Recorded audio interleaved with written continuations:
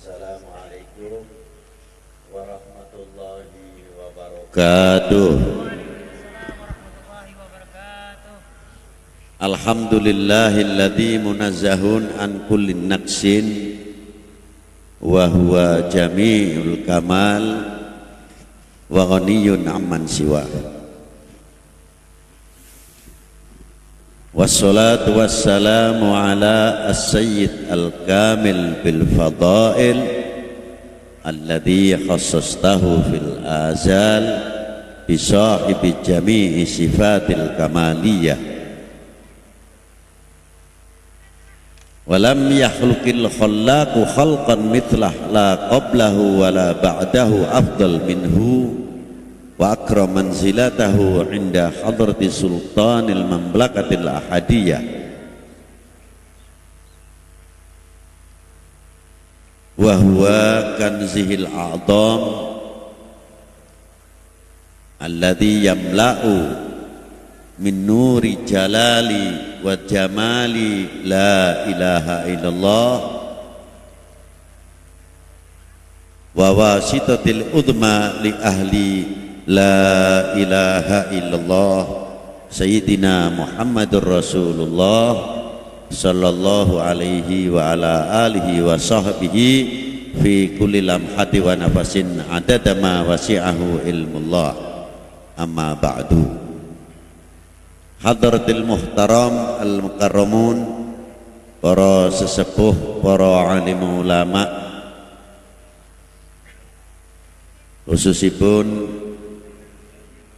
panjenenganipun Ki Abu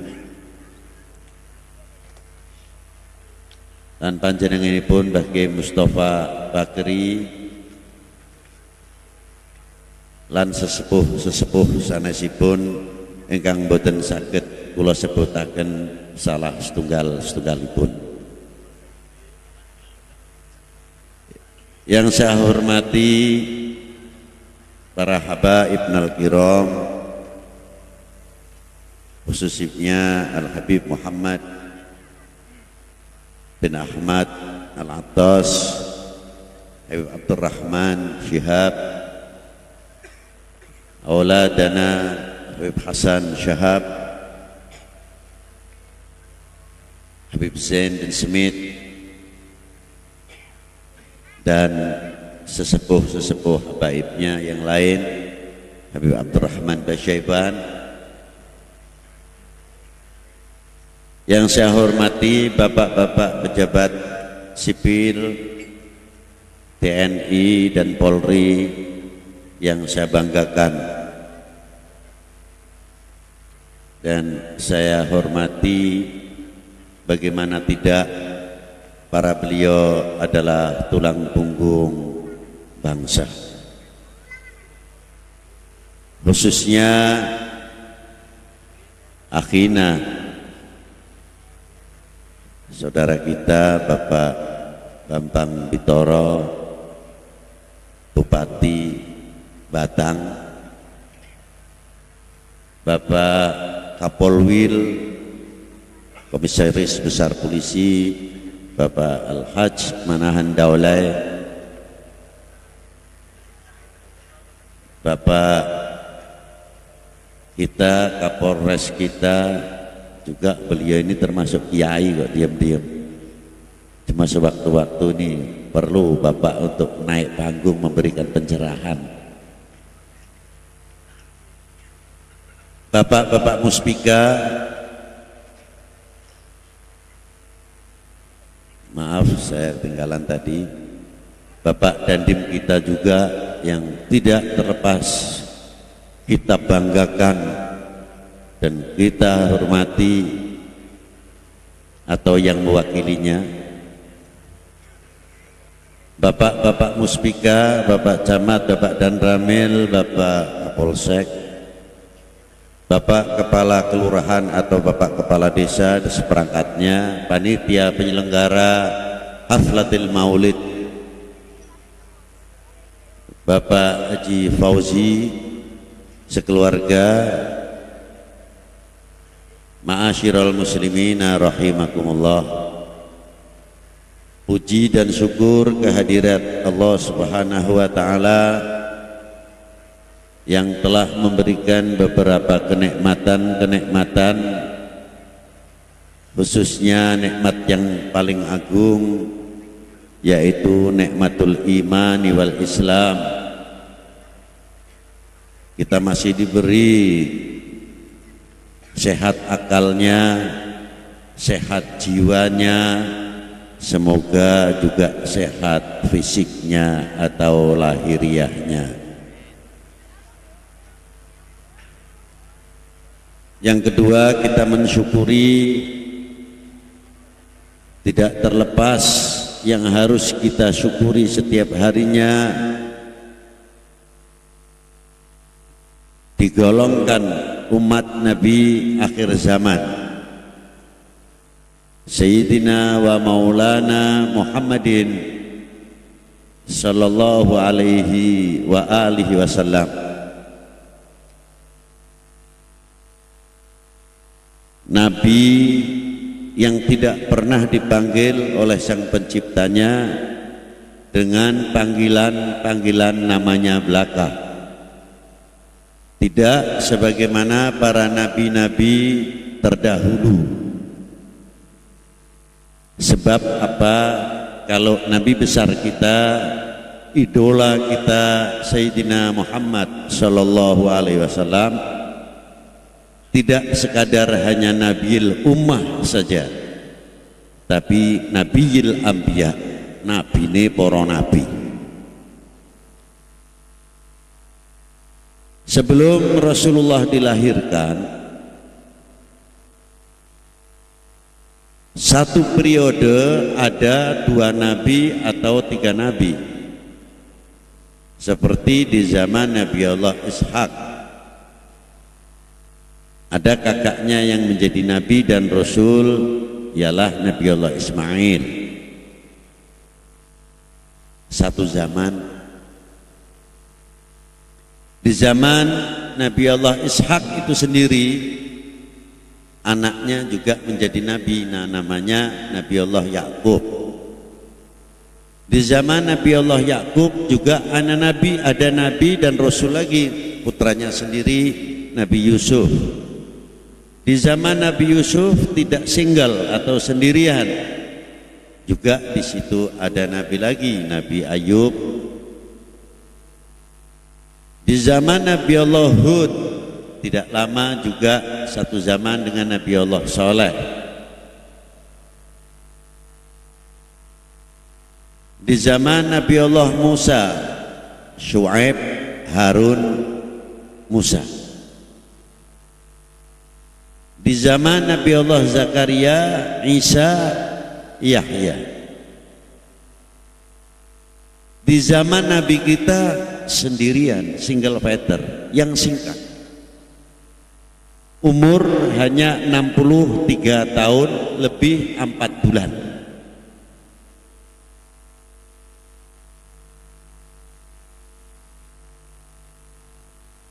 Nabi yang terpilih bukan manusia biasa, tapi manusia luar biasa.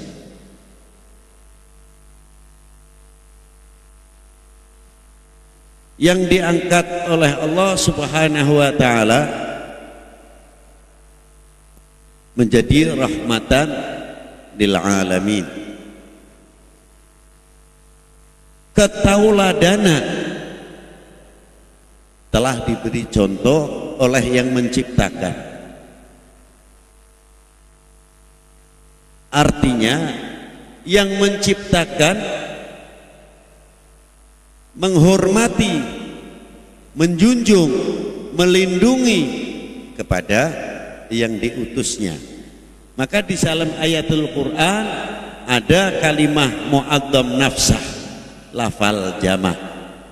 Seperti contoh, nahnu nazzalna dzikra,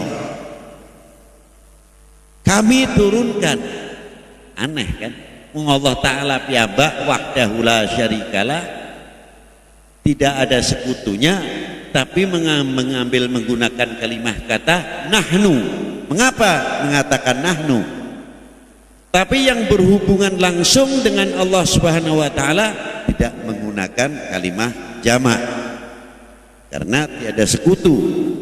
Contoh, la ilaha illa ana fa'budun. Tiada zat yang wajib kalian sembah terkecuali aku, maka bersembah sujudlah kepadaku. Mufrad, bukan kami menggunakannya. Di sini perbedaan balaghah bahasa di dalam Al-Quran. Kalau kita tidak mengetahui dan jeli di dalam balaghah Al-Quran, kita akan sesat cara menafsirkannya. Tepat sabda Nabi Shallallahu Alaihi Wasallam, man fasarul Quran bi ra'yihi falyatabawwa maq'adahu minan nar. Barang siapa menafsirkan Al-Quran dengan hasil mata kepala sendiri, maka dia akan dimasukkan dalam api neraka. Mengapa Allah Ta'ala berfirman dengan menggunakan mu'addam nafsah, nahnu nazzalna dzikra? Karena Allah Ta'ala menurunkan Al-Quran dengan memerintahkan Jibril. Kalimah nahnu mengangkat malaikat Jibril. Itu hebatnya. Banyak lagi kalimat nahnu.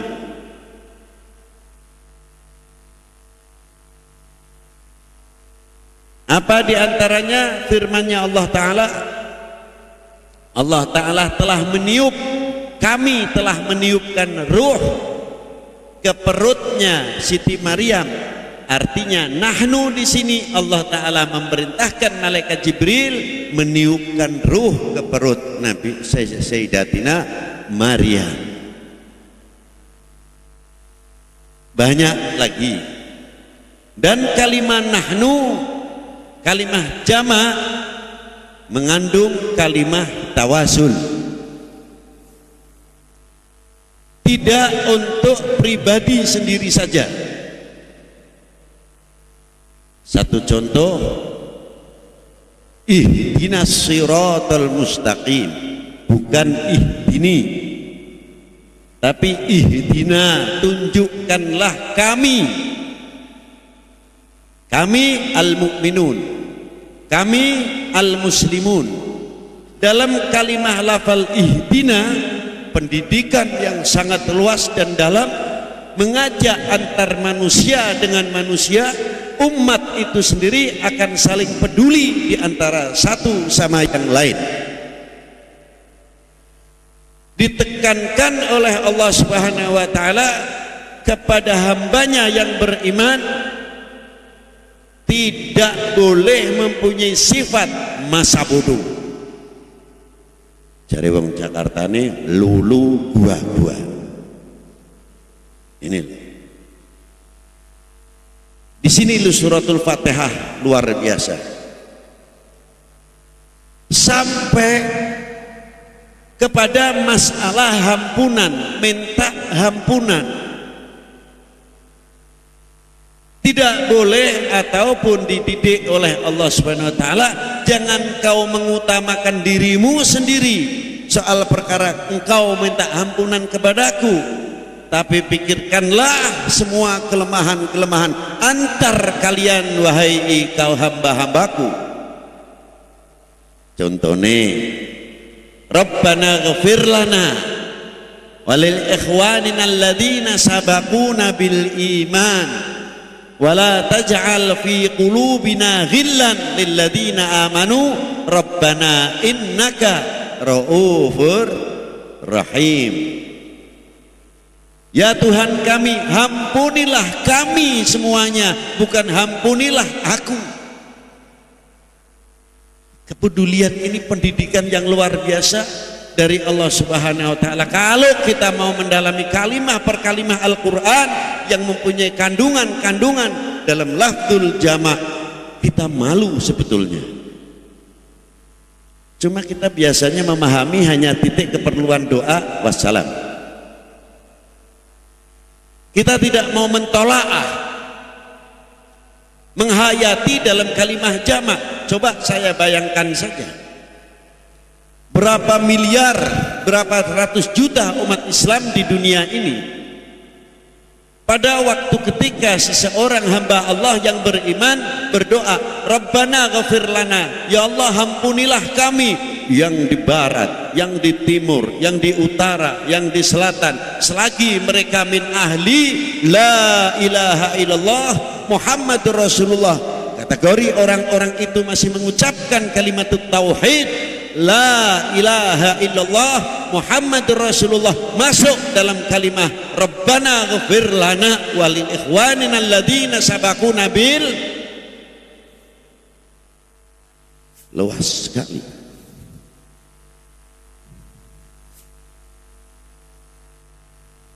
Kita harus jeli di sini, harus tanggap.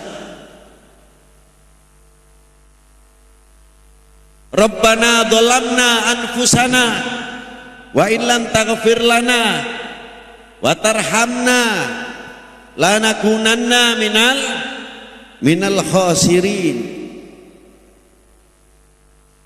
Sampai kami minta dijauhkan dari golongan orang yang rugi. Bukan individu yang diminta, saya atau aku.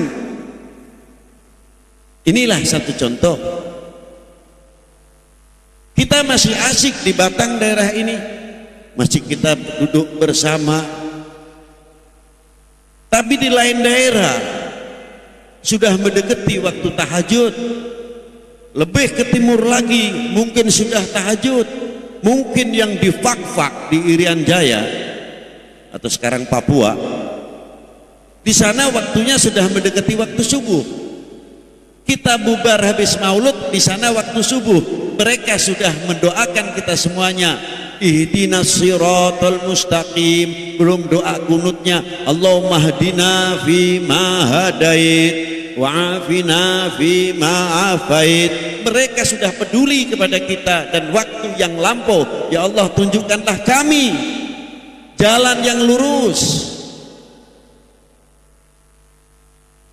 jalan yang lurus yang Engkau ridhai, sebagaimana Engkau menunjukkan dan memberikan kenikmatan kepada min ahlil jannah, siratal ladzina an'amta alaihim ghairil maghdubi alaihim waladdallin. Luar biasa. Ini makna yang dalam ukhrawi, makna yang dalam duniawi. Saudara mukmin kita mungkin yang ada menjadi pejabat, ada yang menjadi TNI, ada yang menjadi Polri, ada yang menjadi sipil, ada yang menjadi pedagang, ada yang menjadi segalanya, profesinya masing-masing, masuk dalam kalimah ihdina siratal mustaqim. Tunjukkanlah kami jalan yang lurus, yang segi pemerintahan akan memutuskan segala sesuatunya karena doanya yang mukmin, ihdinas siratal mustaqim. Insyaallah jajaran manapun akan masuk dalam kalimah ihdinas siratal lurus di dalam menjalankan hukumnya. Ulamanya masuk juga di dalam ihdinas siratal mustaqim. Tunjukkanlah dan kekuatan untuk kami semuanya untuk mengajak ke jalan yang lurus, supaya turun rahmah barokah dari Allah Subhanahu wa taala, dijauhkan dari segala para bahaya yang akan mengakibatkan perpecahan umat, perpecahan bangsa, pecahnya tanah air dan lain sebagainya. Kita masuk dalam suratul Fatihah, ihdinas siratal. Luar biasa. Ini saya bahas surat Fatihah pun selambene dibel nganti memble tekan subuh ora tekan tek. Itu baru suratul Fatihah dalam ihdinas siratal mustaqim. Bagi orang-orang saudara mukmin kita yang dalam perjalanannya, perdagangannya mungkin dia akan rugi, dia akan mengalami kecelakaan dan lain sebagainya, yang dia jauh dari keuntungan karena doa kita yang betul-betul cara memintanya kepada Allah, ihdinas siratal mustaqim. Para pedagang kita, ekonomi bangsa kita, ekonomi republik ini akan mendapatkan cepat diangkat oleh Allah Subhanahu wa taala. Sebabnya apa? Ihdinas siratal. makanya nek donga kok cemedit. Dongane do kumet eman-eman. Inilah suratul Fatihah, begitu hebatnya. Tuntunan dari Allah Subhanahu wa taala dengan kalimah jamak. Jadi lafzul jamak, lafzul global. Yang tafsir lain lagi. Begitu pula bagaimana Allah taala mendidik umat. Di mana saja umat itu berada, yang merasa jadi umatnya Nabi besar Sayyidina Muhammad sallallahu alaihi wasallam, dididik oleh Allah Subhanahu wa taala dengan apa? Kalimah jamaknya. Satu. Yang kedua, bagaimana mendidik Allah taala? Allah taala mendidik kepada umat ini supaya mengerti santun, mengerti akhlakul karimah. Dan siapa yang dijunjung oleh Allah Subhanahu wa taala? Orang yang mendapat predikat dari Allah Subhanahu wa taala, wa innaka la'alla khuluqin adzim. Orang yang mempunyai, sungguhnya engkaulah yang mempunyai akhlak yang agung. Adzim maknanya agung. Maka Allah Ta'ala memberikan contoh kepada umat supaya mengerti kepada siapa yang dipuji oleh Allah. Wa innaka la'alla khuluqin adzim. Allah Ta'ala memanggil kepada Rasulullah, tidak memanggil namanya belaka. Ya Muhammad, ya Ahmad, tidak. Ya ayyuhan Nabi, ya ayyuhar Rasul, ya Mudaththir, ya Muzammil, dan lain sebagainya. Pangkat Nabi kita diangkat oleh Allah Subhanahu wa taala, padahal Dia yang maha dalam segala sifatnya. Orang ini sedunia umpamanya menyembah kepadanya, tidak akan menambah kesempurnaan Allah Subhanahu wa taala dalam segala sifatnya. Seandainya satu dunia ini bermaksiat, itu pun tidak akan mengurangi sifat kesempurnaan Allah Subhanahu wa taala. Hal yang demikian mengangkat kepada kekasihnya, tidak pernah memanggil dengan namanya belaka. Contoh akhlakul karimah untuk umat Sayyidina Muhammad sallallahu alaihi wasallam. Ini yang luar biasa. Sing gawe urip sing gawe ngergani njur awake dhewe kok arep ngungkuli sing gawe urip niku tekon diceritane. Bismillah. Maka dengan adanya peringatan Maulidin Nabi sallallahu alaihi wasallam, pada intinya untuk meningkatkan, menambah kecintaan kita yang tidak bisa kita ganggu gugat masalah kecintaan ini, menambahkan rasa kecintaan kita kepada Allah Subhanahu wa taala. Barang siapa mengaku cinta kepada Allah taala, pasti harus melalui pintunya cinta dahulu kepada Rasulullah sallallahu alaihi wasallam. Kita kenal sama Rasulullah, kita mengenal kepada Rasulullah sallallahu alaihi wasallam. Kita hingga semoga dikenal oleh Rasulullah sallallahu alaihi wasallam.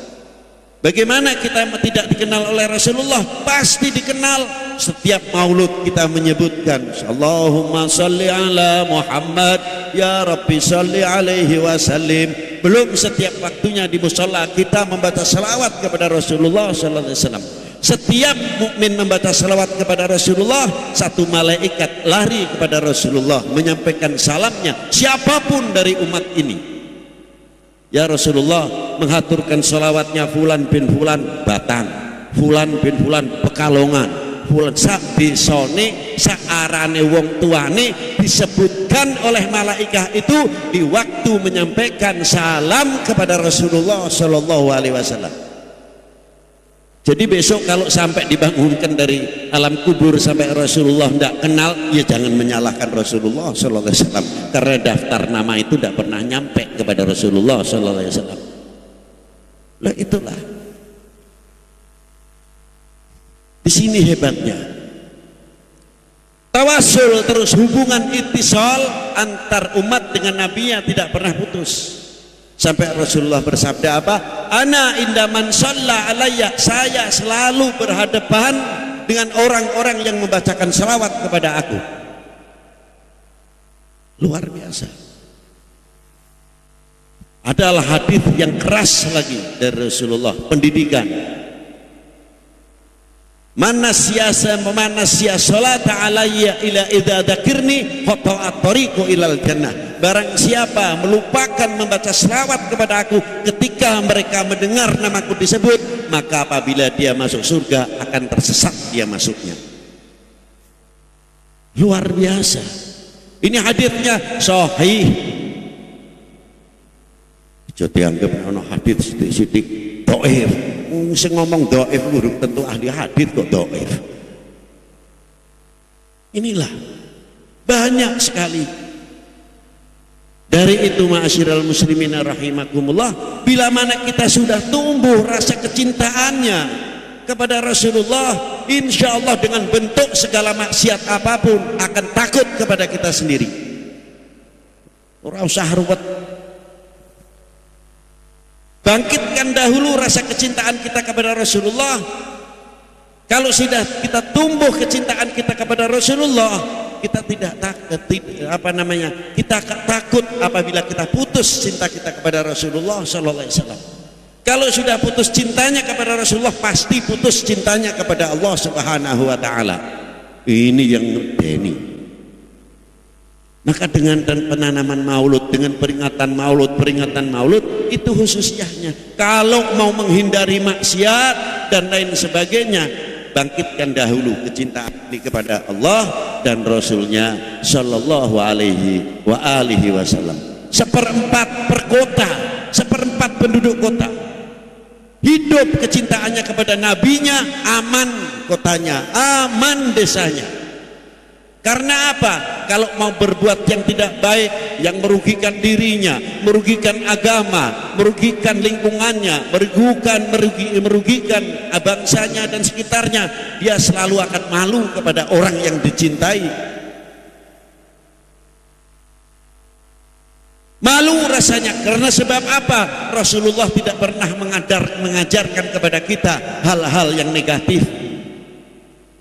Tapi Rasulullah banyak mengajarkan kepada kita al-mu'min akhul mu'min, al-muslim akhul muslim, saling mengayomi, saling melindungi, saling asih asuh dan lain sebagainya. Dari sinilah kita akan tumbuh dari cinta kita kepada Rasulullah sallallahu alaihi wasallam. Dengan adanya peringatan Maulud, kita lepas dari jalur, artinya bulan yang ditentukan Rabiul Awal. Tidak heran, mengapa harus Rabiul Awal saja? Tidak. Sengarane peringatan Maulud itu berangkatnya dari Rabiul Awal boleh, tapi kalau kita lihat di negara lain, Pakistan dan sekitarnya sampai di negeri-negeri Afrika dan sebagainya, 50 hari sebelum hari kelahiran Rasulullah sudah mulai haflah Maulid Nabi sallallahu alaihi wasallam. Durung tangga rolas Maulud itu sudah ramai. Nanti puncaknya 12 Maulud. Dengan tertib di tiap jalan itu ada orang yang menyediakan minuman makanan yang enak-enak tapi tertib. Yang di truk tidak ada yang guyonan, kesempatan bumbung nang truk terus guyonan ngomong saenake, umpamane nek kaya takbiran bodoh, ndak begitu. Tapi satu truk rombongan, ada yang membaca burdah keliling kota, ada yang membaca qasidah yang ada di dalam Maulid Syamsuduror, ada yang membaca qasidah yang dibaca di dalam kitab Maulid Berjanji, sehingga kota itu semalam suntuk isinya penuh dengan membaca selawat di musola, masjid dan lain sebagainya. Makanan bebas, minuman bebas disediakan oleh masyarakat. Hidup kecintaan kepada Rasulullah sallallahu alaihi wasallam. Ya warnanya sing arep mlebu wedi. Nah, inilah satu contoh.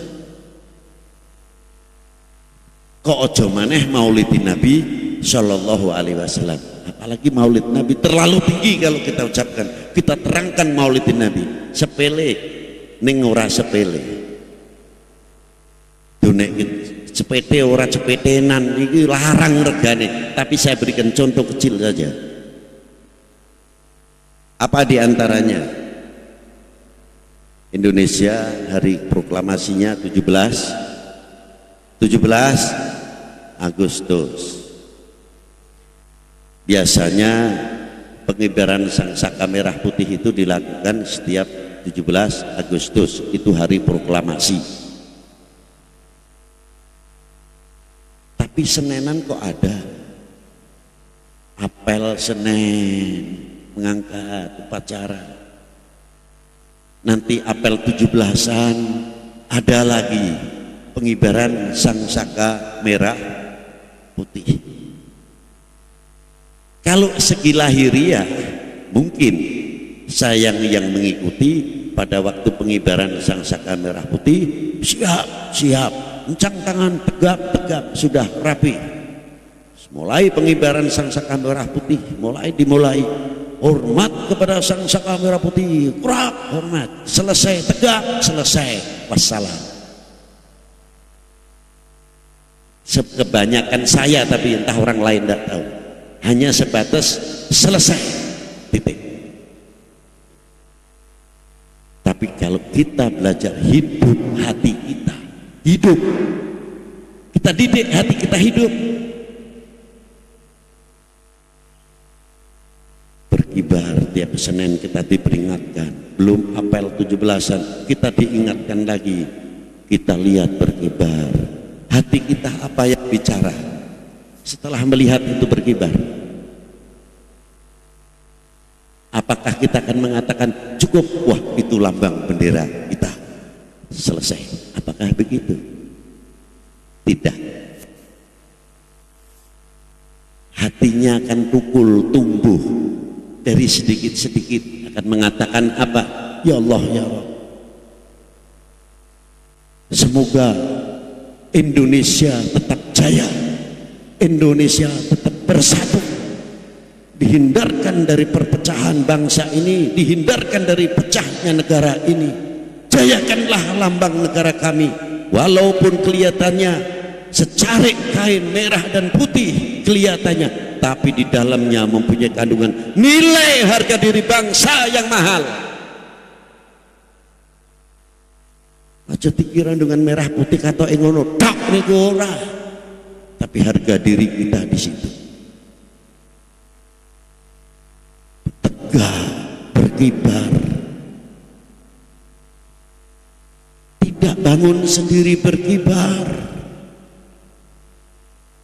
Toh nyawa, toh jiwa, toh rogo, mengorbankan dirinya para tokoh-tokoh sesepuh-sesepuh kita, dari kalangan masyarakat biasa sampai masyarakat yang terpandang, cendekiawan, ilmuwan, para ulama peduli terhadap republik ini dan bangsa ini. Untuk apa? Menegakkan kembali sangsaka merah putih. Berarti tegaknya merah putih tidak sekadar main-main, penuh pengorbanan.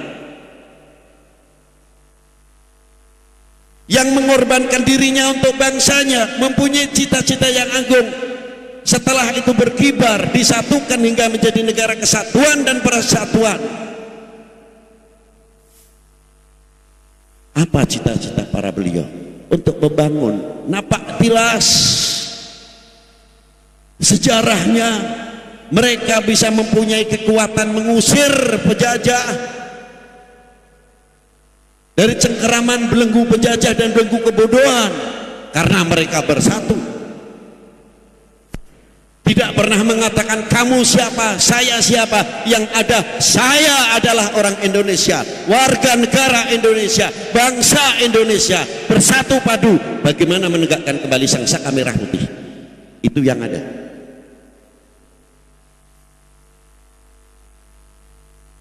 Kita malu, Pak. Lihat berkibar begitu kita malu. Ya Allah, ya Rabb, semoga saya bisa menjadi orang yang tidak mengecewakan para tokoh-tokoh pejuang kita yang telah mendahului kita, yang tidak mengalami tahu-tahu listrik sudah banyak begini, dalam wis aspalan kabeh, rumah sakit sudah banyak dan lain sebagainya. Beliau jalan kaki meninggalkan keluarganya untuk memanggul senjata melawan penjajah pada waktu itu. Ada yang bambu runcing masuk hutan, keluar hutan, hidupnya dicurigai. Coba bayangkan. Belum tokoh ulama masuk desa, keluar desa, Di satu sisi dia membangkitkan bagaimana menghidupkan agama, dan satu sisi bagaimana membangkitkan bangsa ini merasa mencintai kepada tanah airnya sehingga bangkit. Luar biasa, Pak. Makanya kalau kita lihat Sang Saka Merah Putih, mestinya kita harus malu kalau menjadi bangsa yang mudah dipecah belah. Harga diri bangsa kita itu mahal, tinggi yang luar biasa. Kok dadak mudah dipecah belah, mudah dijeblokaken, mudah dibenturkan, saling curiga mencurigai, kritik mengkritik yang terkadang kurang membangun. Sing kritik gurung tahu rasane bagaimana carane macul, ngritik tok. Padahal sing macul tangane akeh kapalen, pertama kali belajar macul itu kadang do ledes tangane. Huruf-huruf tinggal ngemplok tok ngritik. Inilah Ma'asyiral muslimina rahimakumullah. Itu baru kita melihat Sang Saka Merah. Untuk kita harus wajib menanamkan kepada hati kita semuanya. Tanamkan bahwa kita akan menjadi umat Islam, menjadi bangsa kita, menjadi bangsa Indonesia. Berjanji dalam hati sendiri. Tanamkan itu apa diantaranya? Ya Allah ya Rabb, jadikanlah kami hamba-hambamu dari bangsa ini tidak akan menjadi orang yang mengecewakan para sesepuh kita, para leluhur kita, dari para ulama, dari para tokoh-tokoh kita yang ikut andil dalam memperjuangkan agama maupun bangsa ini. Kalau tertanam, insya Allah isin nek dadi bangsa sing mudah dijeblokaken.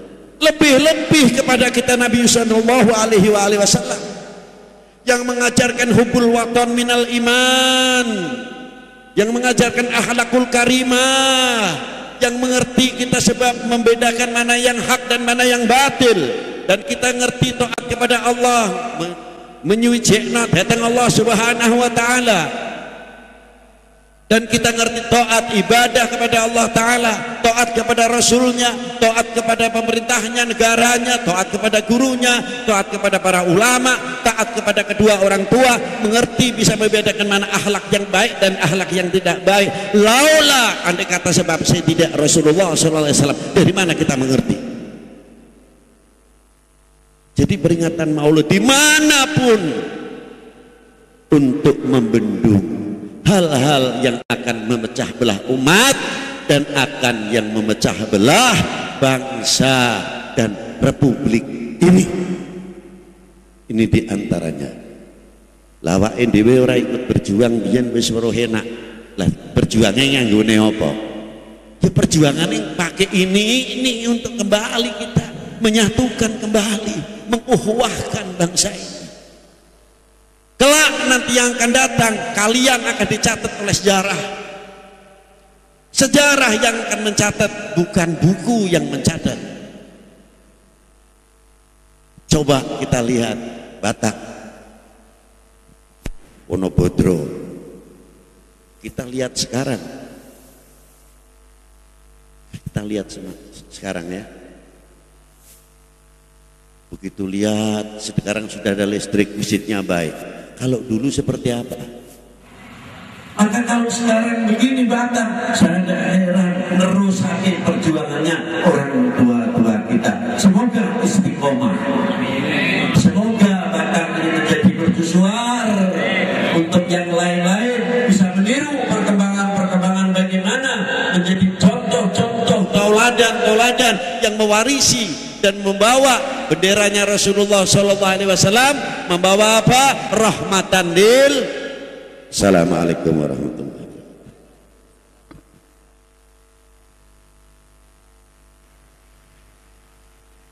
Terima kasih.